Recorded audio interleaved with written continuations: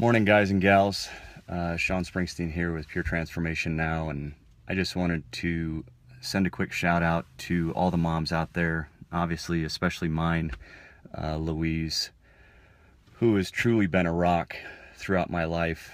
And as I'm sitting here in the parking lot getting ready to head into the grocery store, I'm reminded of several stories, but one specifically that she always kind of reiterated when I was growing up was the amount that her mother, my grandmother, sacrificed for her and her family. And my grandmother was born in 1920 and lived through the Depression up in South Dakota.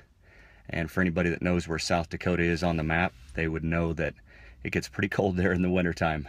And they had a dirt floor basement with, I believe it was 12 or 13 kids. So you put that into perspective, 12 to 13 kids in a dirt floor basement during the Depression, where, you know, they don't necessarily have a lot. It's mind-boggling to think of the struggle, the absolute struggle that they went through. And, you know, that's what helped define who my grandmother was as a person. She saw struggle, she saw sacrifice, and she carried that forward with how she raised my mom and my two aunts and my uncle. And they grew up in the 40s, early 40s in Southern California, and obviously did not come from, you know, extreme wealth. They had quite a bit of poverty that they grew up with as well. So my mom saw the importance of service and sacrifice that her mother portrayed in terms of how to raise a family, and more importantly, how to just instill love on her kids and instill love in all the people around her.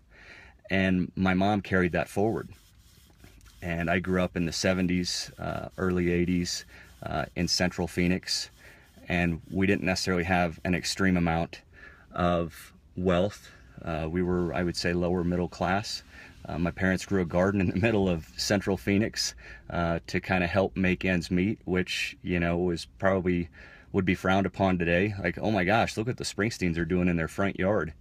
But we never went without. We always had food in our stomach. We always had a roof over our head. And most importantly, we always had an endearing love from my mother. She was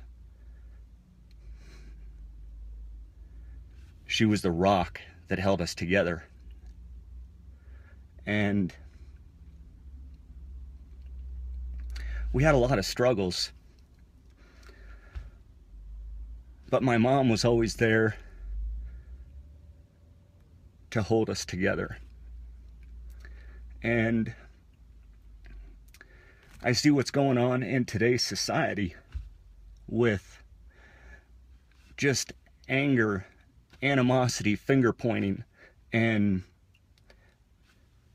everywhere you go, people are just filled with rage. And I think about the example that my mother set, the example that my grandmother set, and the example that so many other women out there set in terms of unwavering love and an undying commitment to their family and their kids through service and sacrifice. And my mom, she's retired now. You know, she lives on a pension from her job. She doesn't travel the world. She's not a multimillionaire, but she has fulfillment in her life because of how she lived her life. And she lived her life for her family.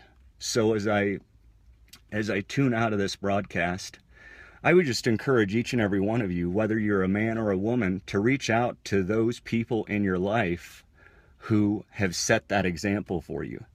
And ultimately, do everything you can to be that example. Be that example. Don't get frustrated about the people that aren't doing what you want for you.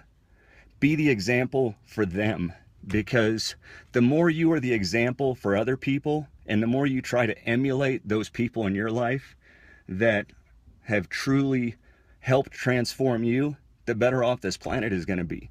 You know, tweeting about Trump or Hillary or, you know, all this other stuff, that doesn't serve a purpose. You know, I'll leave you with this. My dad always told me, you're either part of the problem or you're part of the solution. And when you continue to magnify that hate and magnify that frustration across everything you do, you're part of the problem. You may not be eyeball deep in the problem, but you are part of the problem. So be part of the solution.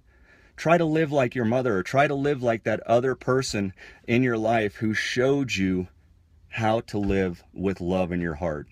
And you will begin to change your life, change the lives of those around you, and change the lives ultimately of thousands and ultimately millions of people. I wish you all a phenomenal day. Mom, I love you with all my heart, and you did an amazing job. Thank you.